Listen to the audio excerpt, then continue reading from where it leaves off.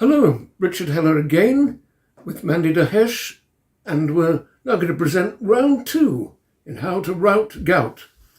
Mandy, in the first round, we talked about gout in general. We talked about why people get gout, because they can't get rid of enough uric acid. You gave them two simple remedies that anybody can take that will help them get rid of uric acid. Raspberry leaf tea and nettle. In this one, we've got a rather more complex brief. We're going to be talking about a little more about the theory of why people cannot get rid of uric acid, what produces uric acid in the body, and what makes it sometimes difficult for people to expel it. We're going to talk about different constitutions of bodies that people have that make them better or worse in in expelling excess uric acid. You're going to give them some advice on supplements that help absolutely anybody improve their capacity to regulate the body and get rid of uric acid. But most important, at the end, you're going to tell us about a very fundamental concept in your book, which is almost the entire overriding explanation of why people get gout. You're going to talk about the way the body needs to balance itself constantly in terms of different forms of energy inside it. We're going to come on to that. That's a very fundamental point. But first of all, Mandy, we're talking about why uric acid forms in the body at all. And that takes us up to the subject, a word that we gout victims keep hearing all the time. That takes us up to purines. Oh, yes. Purine is a fundamental part of the cells of the body. It's made, the molecules are made from nitrogen and carbon, and it is good for regenerating the cells of the body. So we have two kinds of purine. The purine, which is endogenous, which is actually the body by itself produces with the balance of these enzymes I told you, liver and kidneys and other enzymes of the body. The endogenous ones are always there. They die, they renew itself, it's fine. There's some exogenous ones which are going into our body by the way we eat, we drink, and our diet. Some of them are necessary for some people, depending on their constitution, whether the body has got enough purine or not. And some is excess. That excess produces more uric acid, which I explained before, cannot go out of the body. Exactly. We victims, Mandy, are being warned all the time about high purine foods. We're told some foods are really bad guys. We're told some foods are good guys, but we get told all the time about the bad guys, the high purine foods, and what we have to be very careful of. But let's hear them from you. What are some high purine foods that we have to take care of? I think, to my opinion, the main ones are the rich, what we call rich food, which in a way it is like a crown food, like a spinach, for example. Ooh. Like a kale, for example, some oxalates, although we need them, but the consumption of them is too much.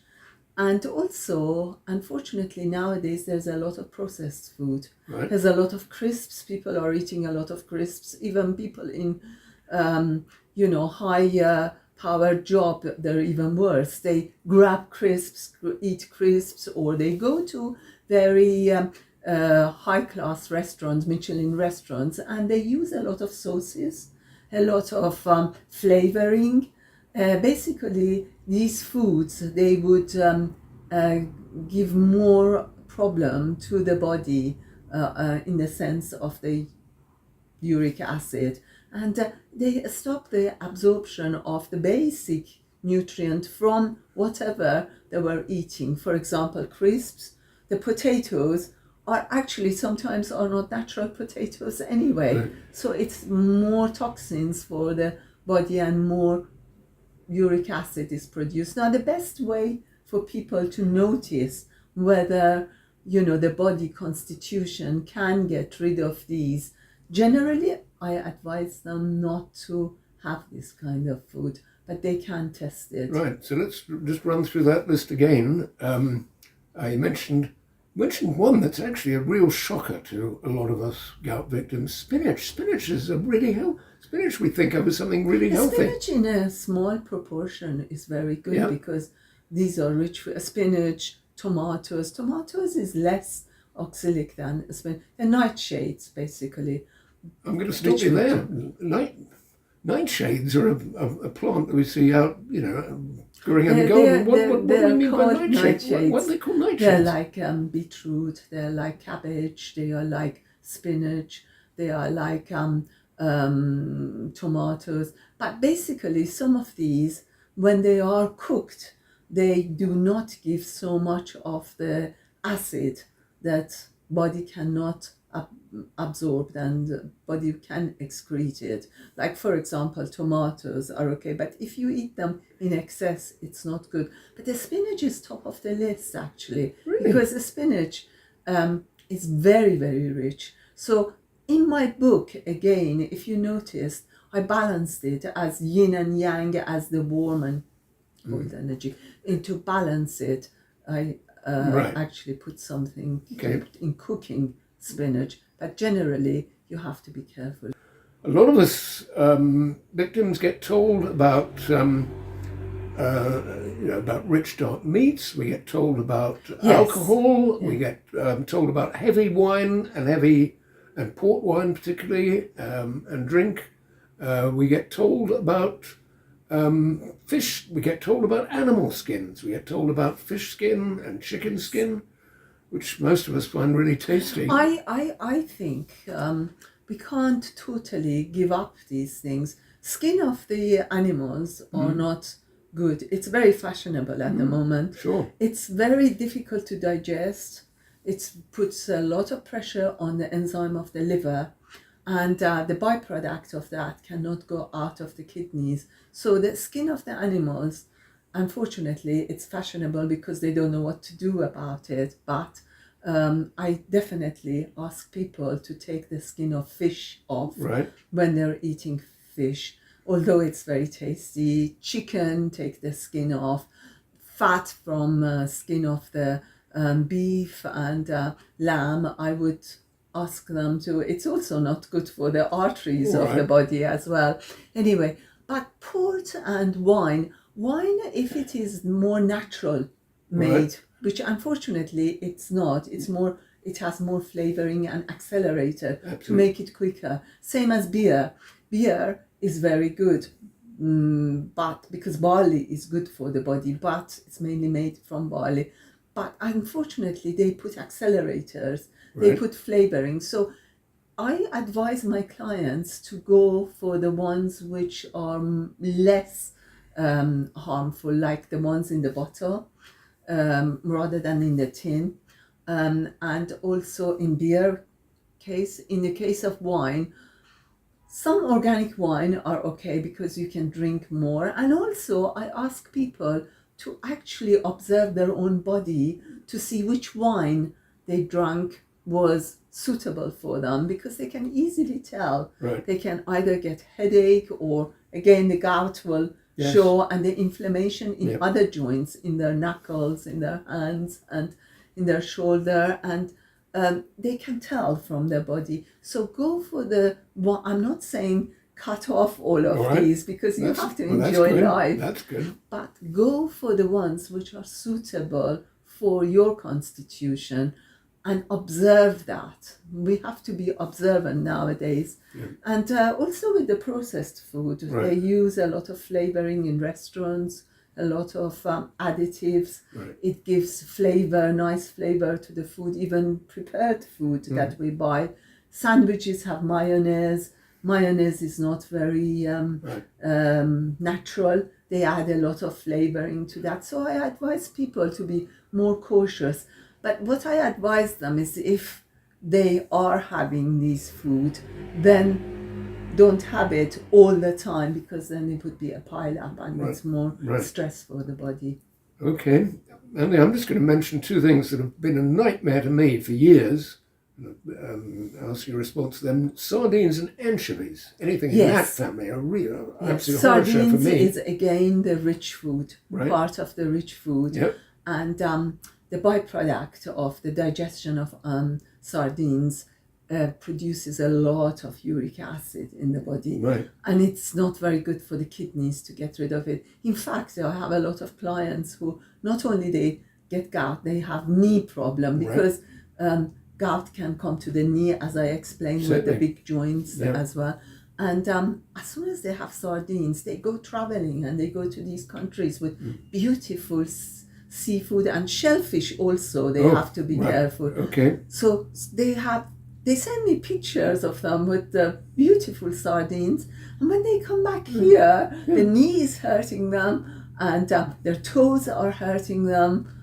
So you have to be very careful with shellfish, Right. as well as with the rich food, Right. rich fish like sardines as well, and some oily fish. I generally, as I explained to you, you have to take the skin off anyway. Okay. With some smaller sardines, it's much more difficult to do that. There might be much left. It's the skin of the fish, and particularly with sardines, it's the skin. Right. It does have a lot of fat that the liver cannot give that enzyme out to digest. Right. And also people get some bloatiness with it, and also some excess uric acid. Now, I'm just going to mention one other group that's always been on my kind of stay away list, and that's liver and kidney and offal in general.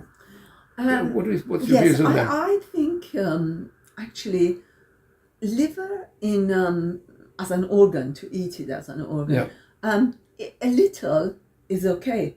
Right. To my opinion, it's okay if Right. it's grilled, not fried. Right. Because another thing is fried food can aggravate this excess purine and excess uric acid. Right. So fried food is not very good for the body for other reasons as well. Right. That I would mention in my other videos later. Sure. But with the organ meats like heart, which I don't think you can get them anymore, but in other countries maybe you can. But for example, with the liver, it's actually good to have a little pieces of those. Contrary to what they say, it's the actual other products which I explained to you. They can aggravate excess uric acid rather than the actual little pieces of liver or red meat like beef. But beef, obviously, you have to add some olive oil or something to stop the problem with the digestion of it. Lamb is more rich, which I explained in my book. Okay. It's more on the richer side. So I would go, if with red meat people want to eat, I would go with beef. But beef is a little bit dry, so they have to add, instead of gravy, which nowadays the gravy is mainly flavored and can really aggravate the gout problem in the knees or in the big joint. They should go for olive oil and maybe flavor it with some little bit of lemon, lime, and also some coriander, some fresh herbs, tarragon, all that. It's much better than the gravy, because beef is very dry, but beef is fine. Beef is one of the nice ones which I mentioned in my book. Well, we're going to excess beef, if it is eaten with this, the way I explained it to you, with the lime and olive oil, lots of olive oil, and also not the other sauces, more like fresh tarragon, fresh coriander, fresh mint, chopped up, and fresh spring onion is quite nice. It gives a nice flavoring. They can eat that. It does not aggravate the gout problem so much. That's good. Mandy, this is something I know you're going to tell us more about in a later edition. But what I'm picking up here in general is that the bad guys, the high purine foods that seem to be highest on your list are basically anything artificially flavoured, artificially coloured. Mostly, yes. Yes. Anything which has got really any sort of additive. And also, like I mentioned, the rich oxalates. Yeah. They're good for you, but in moderation, like the spinach. Okay. That family I mentioned. That's not a very familiar word to a lot of people. What's an oxalate? I will explain it in other okay, we'll wait later. for that. Okay, Yes. we're gonna Yes. wait for that, and we're gonna have a. Yes. I'd like to hear a bit more about nightshade foods as well, but we'll come to. Well, nightshade, I just touched on it. Yes, we're going to come on to We'll it. talk about it We'll later we'll with our other videos, We'll because we'll talk about that a bit yes, later. I explained Okay. it in my book as well. You do. What this is coming to, though, is the fact that what this takes us to, Mandy, is the fact that some people are lucky enough to be able to take lots and lots of exogenous purine in the Yes. way of food and drink, Yes. and some like me are pretty unlucky It's the in that department. constitution. We've got different constitutions. Yes. Yes. But you've got, and we need to be aware of our constitution when Yes. we eat. But you fortunately have got a very simple way of testing our constitutions, haven't you? Yes, which is just now I explained about the food.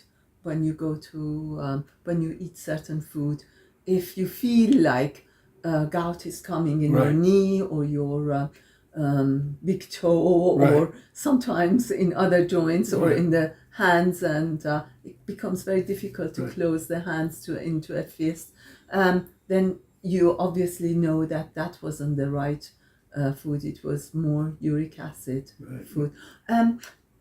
What is very good is also some people, they take a lot of unnecessary supplements for they are told to take supplements.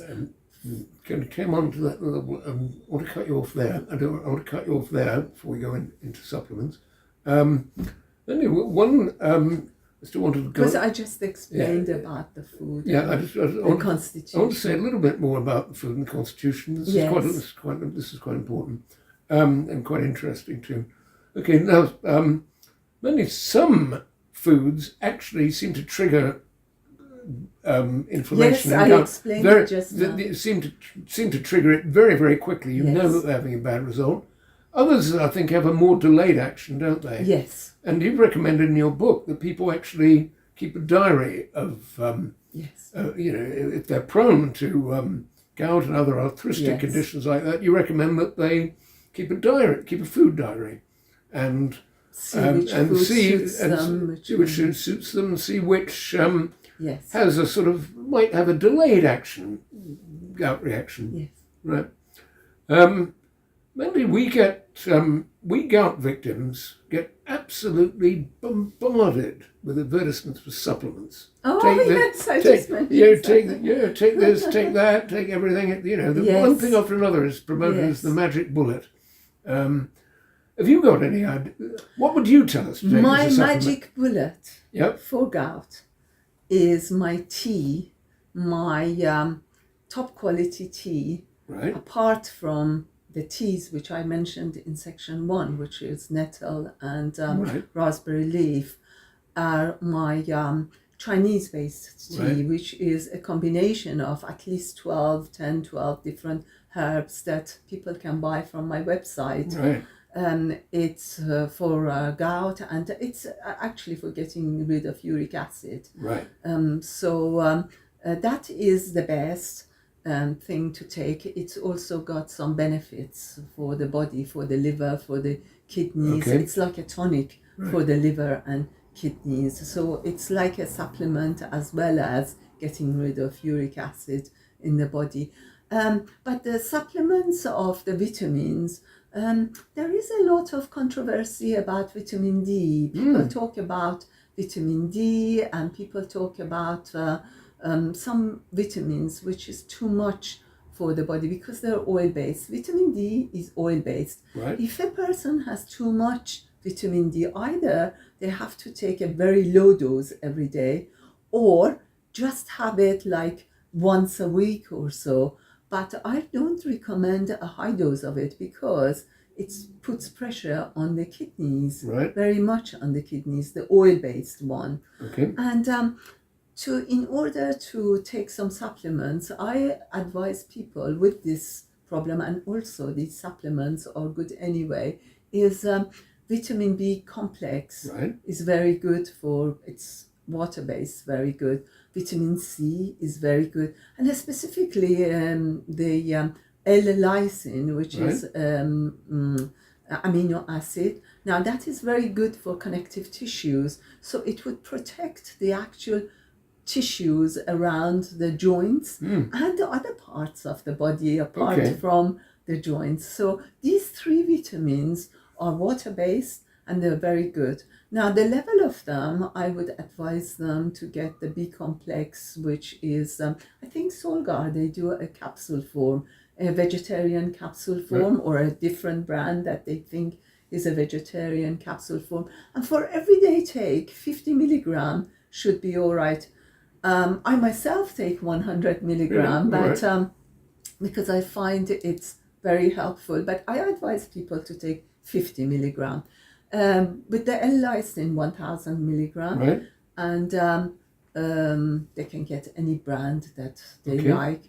But they have to be careful. Some brands, they add some additives to it to enhance it. I would go more for the purer one, for the just the L-lysine. And vitamin C, people have got to find out which one suit them. Some vitamin C's, they have carbon in it, carbonate vitamin C, which is very fashionable. They are advised, women and sometimes men with osteoporosis, they are advised to take that. Now that one, because of the carbonate in calcium, which is a form of calcium carbonate in the vitamin C, together with the food that we explained, it actually produces more joint problem and the uric acid. So I advise with vitamin C, just go for a simple one which is coated, not to upset people's stomach.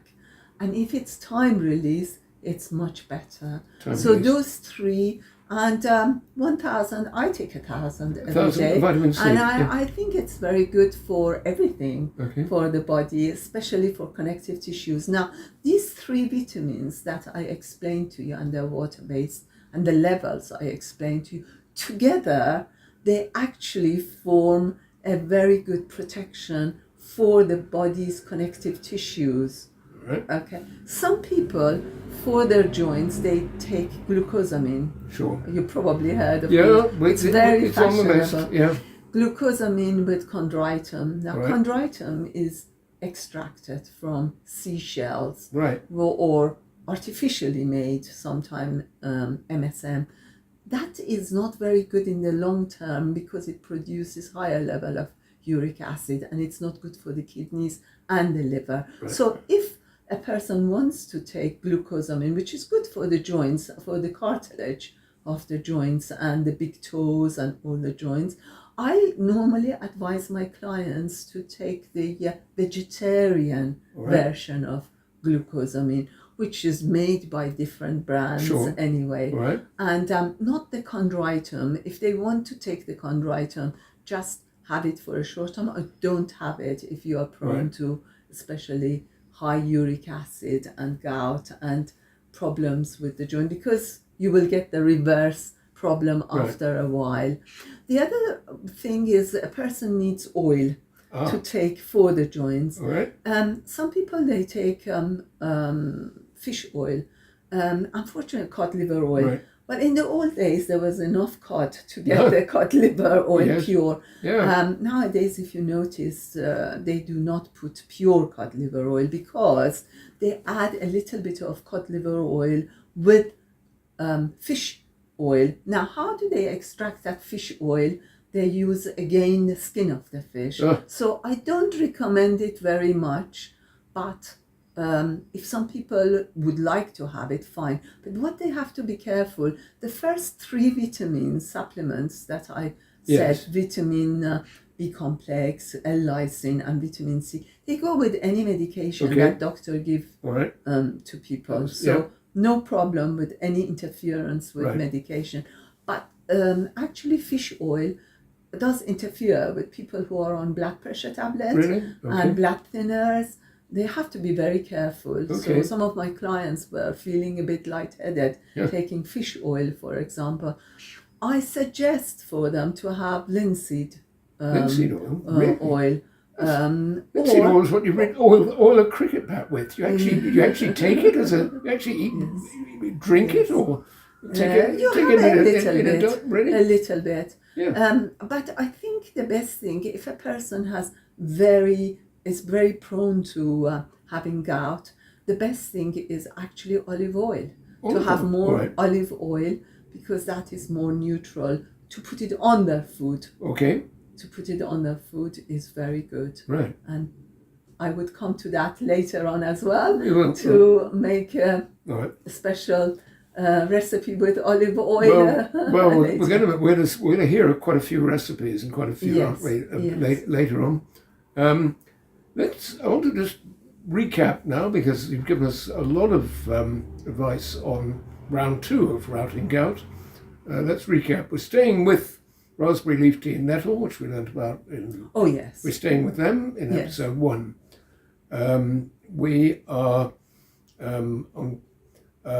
also we're reinforcing that with your own selected herbs made up into teas, which you can order, which people can order through your website. We're reinforcing them with 3 supplements in particular: vitamin B complex, vitamin C, in your recommended dosages and formats, and L-lysine. Those 3. And I explained why. And those 3 things, as you did, and we're taking linseed oil. And sometimes glucosamine. Maybe, and I explained. Maybe yes. glucosamine. Yes. Yeah. I'm not so keen on chondroitin. Yes. And I explained it's not very good for the body so much. Okay. In the long term. Yeah. And you also recommended linseed oil, which is certainly, as I say, a surprise to us cricketers. It's not something we associate with. It's very good for the digestion as well, for the digestive system. Yeah. It's obviously it does good to cricket bats, so presumably might be doing some good inside as well, and olive oil generally, because this is all taking us to something really important, which is really at the core of your book and the core of, I think, everything you say about about not just about gout, but about every condition, and that's this concept of balancing the enzyme, internal balance in the body.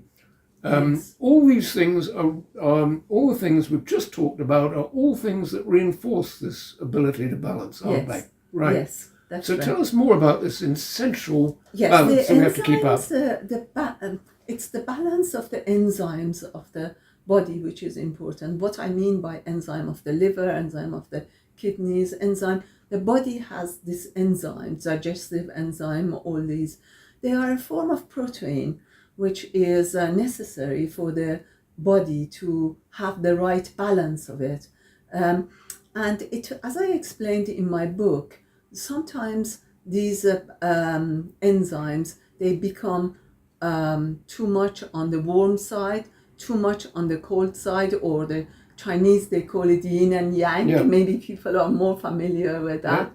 We call it warm and cold. Now the balance has got to be right. When the balance is a little bit higher, which usually the warm is higher than the cold. The cold, you get it more with people who have certain illnesses, or or they're older people, or they're under certain medications and all that. So it's mostly the warm ones that people get. We are going to talk about that later as well with other sections on gout. Certainly are. But the balance of this warm and cold is very important, and you can keep this balance by your body, monitoring your body, the balance of your body. If you feel like, example, that the gout is mainly yang, it's mainly warm.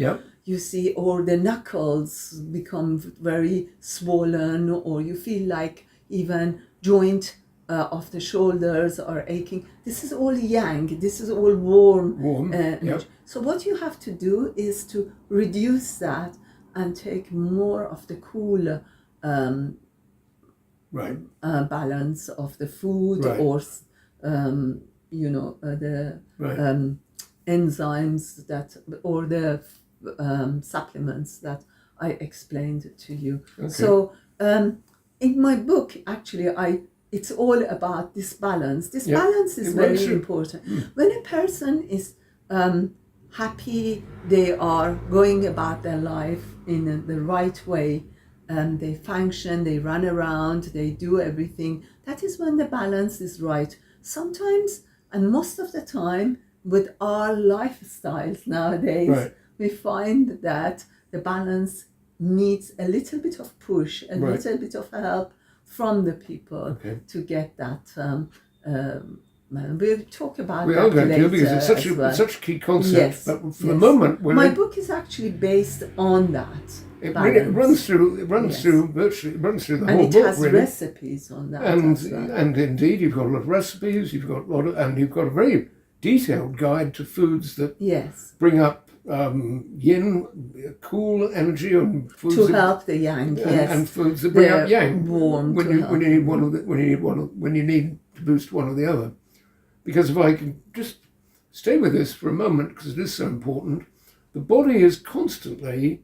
It seems to me the body is almost got a constant swirl of energy Yes. running through it. Yes, And if one gets on top of the other, yes. These some energy sort of- are warm yeah, and cold energy. right, Within them, they have the dampness and other breakdown of the energy, but we are mostly concerned with the warm and cold. okay. The basic one is always Yes. the basic one. The Yes. subdivisions, but the basic Yes. one is always warm and cold. Yes. And, It's got to be balanced or Right. close to balance. okay, and when the and gout is a symptom, is one of the Yang symptoms of of an imbalance. warm. There's when too it's- much warm. Too much warm. Is that When right? the gout is too much, when the inflammation is too much, any inflammation is actually yang. It's warm. Yeah. Um, The gout, as I explained earlier on, it is an inflammation, Sure. arthritic inflammation. Okay.